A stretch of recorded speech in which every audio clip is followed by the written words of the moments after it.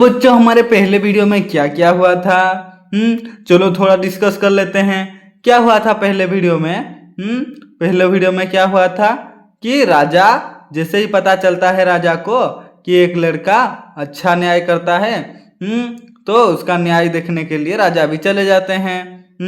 राजा जैसे ही जाते हैं तो देखते हैं वो एक शिला के सिंहासन पर बैठा है, मतलब पत्थर से बना हुआ एक सिंहासन पर बैठता था।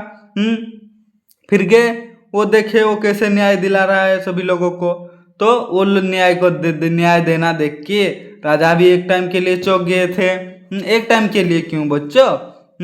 वो हमेशा मतलब चौंक गए थे कि इससे अच्छा का न्यायकार तो कोई नहीं हो सकता।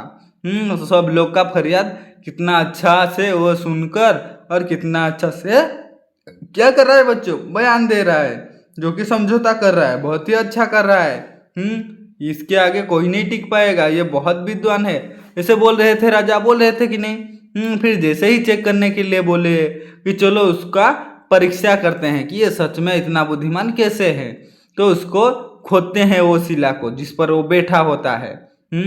जो खोदते हैं, जैसे ही विक्रमादित्य राजा जी का सिंहासन आ जाता है, ये देख सकते हो सिंहासन आ गया है कि नहीं। उसको देखते हैं और सोचते हैं कि इसको मेरे दरबार में ले चलते हैं और मैं बैठूंगा यहाँ पे और लोगों का फरियाद सुनूंगा, फिर बाद में उनको समझाऊंगा और समझाता करवाऊंगा और क्या करना है उनको मैं फैसला सुनाऊंगा। ऐसा सोच के राजा क्या करके ले आए थे एक सिंहासन को बैठने के लिए। कहाँ से? मिट्टी के नीचे से खोद कर, मतलब वो जो पत्थर था उसको खोदा और इसको लेके आ गया। ठीक है बच्चों, समझ में आ रहा है ना? अगर नहीं आएगा तो बच्चों मेरे को बता देना, मैं फिर से समझा दूंगा आपको। इसलिए तो हूं मैं। वेरी गुड बच्चों, ऐसे ही पढ़ते जाओ। देखो बच्चों, वो लेकर आ गए थे, क्यों लेकर आ गए थे? ताकि उस पर बैठकर वो लोगों का फरियाद सुने और फैसला करे। इसीलिए वो सोने का बना था, अच्छे दिख रहा था। चारों पैर में क्या लगा था? चार मूर्ति बना था। वो किसका? देवदूत का बच्चों, किसका? देवदूत का चारों मूर्ति बना था। जैसे ही फिर राजा बैठने जाते थे, क्या होता था बच्चों? राजा जी जैसे ही बैठने जा रहे थे तो उसमें से एक क्या बोल दिया था? एक मूर्ति बोल दिया था कि ठहरो मत बैठो, ठहरो बोल दिया था कि नहीं? ये देखो, ये मूर्ति एक पैर का मूर्ति बोल रहा है ठहरो भाई ठहरो, इतना जल्दी भी क्यों है, इतना भी जल्दी क्या है, ठहरो तो सही बोल रहा है। ठहरो ठहरो, मत बैठो मेरे पर, मत बैठो, ऐसा बोला। फिर देखो क्या हुआ। जैसे ही ठहरो बोला तो राजा ने देखा इधर उधर तो कोई नहीं था। अबे कौन है मेरे साथ ऐसा कर रहा है? क्यों मेरे को ठहरो बोल रहा है? इधर उधर देखे, फिर कोई नहीं दिखा तो बाद में पता चला कि उसके जो सिंहासन के पैर होता है, पैर में एक था देवदूत था। वो बोला था, क्या बोला था? वो बोला था कि तुम इसके ऊपर बैठने लायक हो क्या, और हो तो बैठ सकते हो, मेरा कोई आपत्ति नहीं। तो उससे पहले तुम ये सोच लो कि क्या तुम कभी जिंदगी में चोरी नहीं किए हो? मेरे को बताओ, अगर तुम चोर हो तो इसके ऊपर तो बैठ नहीं सकते हो। क्यों? बोलो, चोर बैठ सकते हैं क्या? चोर लोग राजा होते हैं क्या? नहीं, इसके लिए एक हैसियत होता है, जिसना कि काबिल होना चाहिए उसमें बैठने के लिए।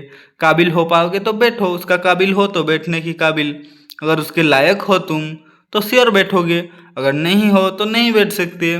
तो वो क्या बोले थे? तुम चोर हो क्या, कभी जिंदगी में चोर नहीं किए हो? तो राजा क्या बोले थे बच्चों? लज्जा से सिर झुका लिए थे। क्या सोच रहे थे कि मैं तो एक आदमी का जमीन चुरा लिया हूँ, मतलब उस पर कब्जा कर लिया हूँ। किसका? एक दरबारी का। ठीक है। तो चलो बच्चों, उतना तक हम पढ़े थे। नाराज हो गया था कौन? राजा। राजा किसके ऊपर? एक दरबारी पर, इसीलिए उसका जमीन कब्जा कर लिया था। फिर आगे क्या होता है बच्चों देखो। तब तो तुम इसको योग्य नहीं हो, मूर्ति ने कहा। देखो बच्चों, राजा जिसे बोले, हाँ मैं एक किसका कुर्सी बोला था, क्या क्या तुम कभी चोरी नहीं किए हो? तो राजा क्या बोले? हाँ मैं चोरी तो किया हूँ, लेकिन क्यों? जमीन पर एक कब्जा कर लिया था एक दरबारी का। क्यों एक दरबारी का, क्यों तुमने जमीन कब्जा कर लिया? तो राजा बोला, मैं तो नाराज हो गया था उससे ना, इसीलिए मैंने कब्जा कर लिया। अच्छा, कौन बोला? वो मूर्ति बोला, अच्छा तुम क्या हो? तुम अगर तुम्हारे मर्जी से तुम करोगे, राजा हो तो कुछ भी, उस पर नाराज हो जाओगे तो उसका जमीन चुरा लोगे, और ऐसे राजा बनोगे, ऐसा बोला। फिर तब तो तुम क्या तुम इसके योग्य नहीं हो। राजा क्या बोले, राजा नहीं बोला बच्चों, इधर कौन बोला, सिंहासन के देवदूत बोला कि तो तुम इसके लायक नहीं हो, इसमें बैठने की योग्य नहीं हो। मूर्ति ने ऐसा कहा। तुमको मूर्ति ने फिर क्या कहा, तुमको 3 दिन तक प्रायश्चित करना होगा। अगर पाप किए हो तो वो तो पाप ही है ना बच्चों, गलत काम करना पाप होता है, तो वो गलत काम किए हैं, तो वो पाप है, उसका प्रायश्चित तो तुमको करना ही पड़ेगा। हाँ, उसका प्रायश्चित तुमको करना पड़ेगा। कैसे करना पड़ेगा बताओ। ये कहकर मूर्ति अपने पंख फैलाकर आकाश में उड़ गई। देखो बच्चों, ये कहकर उसका प्रायश्चित तो तुम्हें करना पड़ेगा, तुम इसमें बैठने की योग्य नहीं हो, मतलब उसका लायक नहीं हो, बैठने लायक। फिर आकाश में उड़ गई ये कहकर, कौन, मूर्ति। ठीक है बच्चों। राजा ने 3 दिन तक उपवास किया और प्रार्थना की। देखो बच्चों, फिर राजा प्रायश्चित करने लगे। मैं पाप किया हूं तो मैं प्रायश्चित करके ही रहूंगा बोला। राजा ने 3 दिन तक उपवास किया और प्रार्थना की।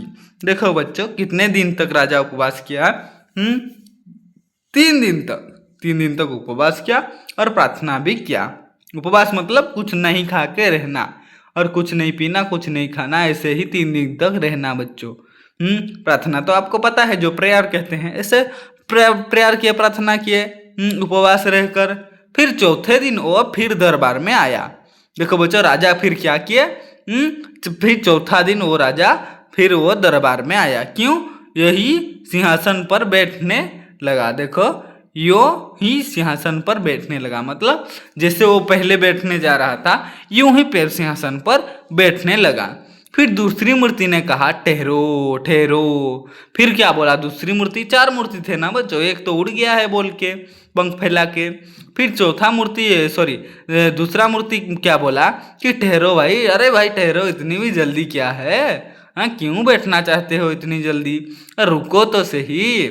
फिर तुम विश्वास के साथ कह सकते हो कि तुमने कभी झूठ नहीं बोला।